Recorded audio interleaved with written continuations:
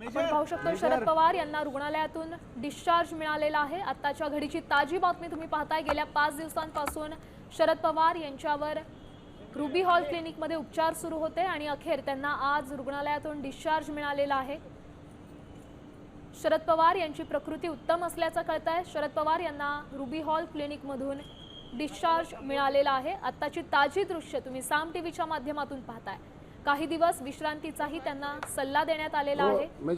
शरद पवार यांना रुग्णालयातून डिस्चार्ज मिळाला आणि त्याच संदर्भातली दृश्य तुम्ही साम टीव्हीच्या माध्यमातून पाहताय। गेल्या 5 दिवसांपासून त्यांच्यावर उपचार सुरू होते। त्यांना खोकल्याचा त्रास होत असल्याचं समजलं होतं। या संदर्भात अधिक माहिती देत आहेत आपले सचिन जाधव। सचिन, आपण पाहू शकतो शरद पवार यांना डिस्चार्ज देण्यात आलेला आहे। त्यांच्या तब्येतीबाबत काय अपडेट आहे?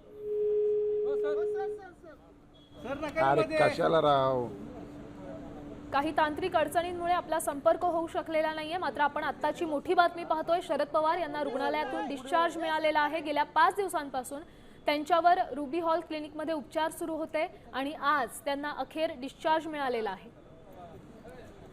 त्यांना खोकल्याचा त्रास होत होता अशी माहिती समोर आली होती।